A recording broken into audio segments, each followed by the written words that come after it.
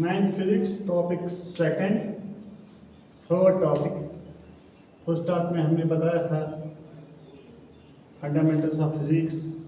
तो कल वाले में हमने बताया था मोशन क्या होता है, उसके टाइप्स कितनी।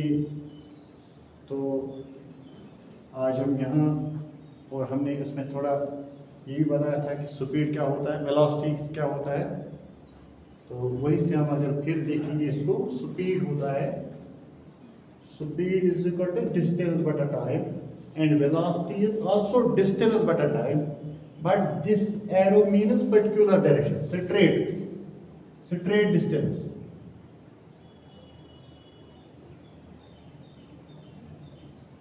ठीक है बेटा, इसमें भी डिस्टेंस है, डिस्टेंस बटा टाइम, इसमें भी डिस्टेंस बटा टाइम है।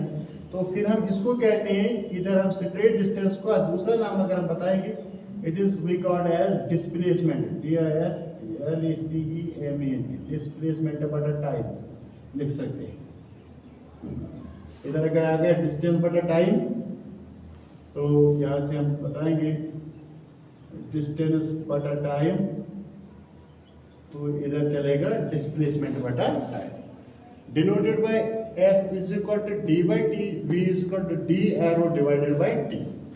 ऐसा ही हमने बताया था, kilometre divide by hour, hour जब नीचे +1 है ऊपर जाएगा बनेगा -1, यहाँ बनेगा मीटर बटा second power 1, it is metre second -1। तो ये है स्केलर क्वांटिटी। स्पीड क्या है? Scalar quantity. ये क्या है? Vector quantity. स्केलर और वेक्टर बाद में हम डिस्कस करेंगे, मगर फिलहाल हम इतना बताएंगे कि पर्टिकुलर डायरेक्शन होता है किसका? वेलोसिटी का। तो इसमें कोई डायरेक्शन की जरूरत नहीं होती है, तो तब हम यहाँ से कहेंगे स्केलर एंड वेक्टर। स्केलर और वेक्टर अलग हम क्वेश्चन पढ़ाएंगे। तो फिलहाल हम इतना बताएंगे कि स्पीड और वेलोसिटीज की जो हम डिफरेंशिएशन हम देखेंगे, डिफरेंशिएट क्या है, कैसे लिखते हैं, ये मैथमेटिकल फॉर्म है, ये इसका है, ये ऐसा यूनिट है इस तरह। और फिर हम कहेंगे कि यूनिफॉर्म और नॉन यूनिफॉर्म मोशंस। कल जो हमने बताया था कि टाइप्स ऑफ मोशन में यूनिफॉर्म और नॉन यूनिफॉर्म मोशन, क्योंकि हमने बताया कि जब हम वेलोसिटी और स्पीड और वेलोसिटी को पूरा नहीं पढ़ पाएंगे, तो तब हम इसको थोड़ा समझना मुश्किल होता है। आप क्या करेंगे, अब यहाँ हम देखेंगे when the speeds or velocities are same, when the speeds or velocities are, when the speed or velocities are same,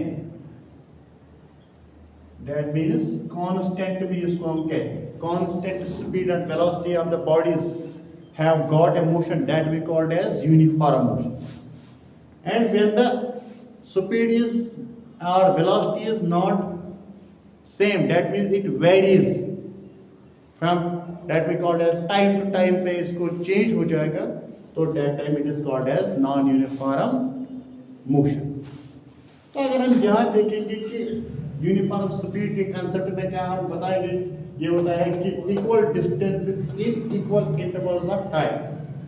equal distances हम बोलते हैं कि जब हम बताएंगे स्पीड क्या होता है, डिस्टेंस डिवाइडेड बाय टाइम। तो इक्वल डिस्टेंस क्या आ गया, 15 km 1 hour, 15 km 1 hour, 15 km 1 hour. इसी को कहते हैं equal distances in equal intervals of time. तो फिर जो होता है दूसरा नॉन यूनिफॉर्म स्पीड, तो वहां से हम कहेंगे कि unequal distances in equal intervals of time. एक तो हमने इधर दिया that we called as 10 km per hour, 15 km per hour, 20 km, it is called as increasing speed, it is called as increasing speed, gradual increasing speed। तो यहाँ से हम कहीं ये भी हो सकता है, इसको भी हम कहेंगे कि नॉन यूनिफॉर्म स्पीड।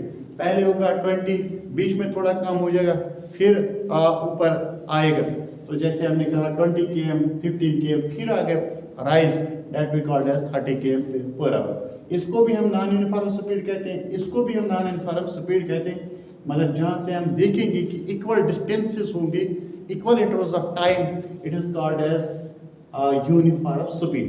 तो इसी तरह वेलोसिटी का भी यही होता है, क्योंकि स्पीड में डिस्टेंस होता है स्ट्रेट रफ डिस्टेंसेस, और वेलोसिटी का जो डिस्टेंस होता है वो होता है straight. So it is same for the uniform velocity and uniform non uniform velocity. तो वही से हमने बताया कि जिन ऑब्जेक्ट्स के अंदर यूनिफॉर्म स्पीड होगा, स्पीड एंड वेलोसिटी कांस्टेंट रहेगा, it is called as uniform motion. और जिसमें स्पीड और वेलोसिटी वेरी होगा, चेंज होता है, उनको हम कहते हैं non uniform motions. Non uniform motions, ये था वो कल का एक टॉपिक जो इसमें हमने रखा था. अब यहाँ से हम एक और पॉइंट की तरफ जाएंगे कि अगर हम कहेंगे कि स्पीड का जो मैथमेटिकल फॉर्म है वो क्या होता है, वो अगर हम देखेंगे, स्पीड इज कॉल्ड डिस्टेंस बटा time. It is called as basic और फंडामेंटल इक्वेशन, फंडामेंटल फार्मूला. इसके हाँ दो फार्मूले निकलते हैं. हमने बताया था कि अगर 3 क्वांटिटीज होंगी एक इक्वेशन के द्वारा तो वहाँ से 2 डिराइवर्स निकलते हैं. किससे? मैथमेटिकल इंटरचेंज से. तो जो अगर 4 क्वांटिटीज होंगी तो वहाँ से 3 डिराइवर्स आएंगे. ठीक है.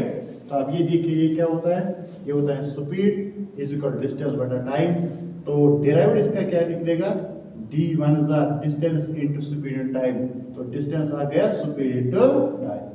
तो यहाँ से आप बताएंगे स्पीड इन टाइम अगर हम लिखेंगे, ये होता है speed into time is equal to हो गया डिस्टेंस. तो डिस्टेंस किसके बराबर निकलेगा, तो टाइम किसके बराबर निकलेगा, डिस्टेंस इधर आएगा, ये स्पीड इधर आएगा डिवाइड. तो इसका आ गया second that we called as time is equal to distance divided by speed. तो यही वो फार्मूलाज होते हैं, यही वो इक्वेशंस होती हैं जहाँ से हमें अगर एनी 2 क्वांटिटीज इक्वेशन के दौरान गिवन होगा, अगर उसमें 3 क्वांटिटीज है वो हम थर्ड वाले निकाल सकते हैं किसी से. अगर स्पीड निकालना होगा, डिस्टेंस और टाइम पता होगा, निकलेगा स्पीड. अगर डिस्टेंस निकालना होगा, स्पीड और टाइम पता होगा तो वहाँ से निकलेगा डिस्टेंस.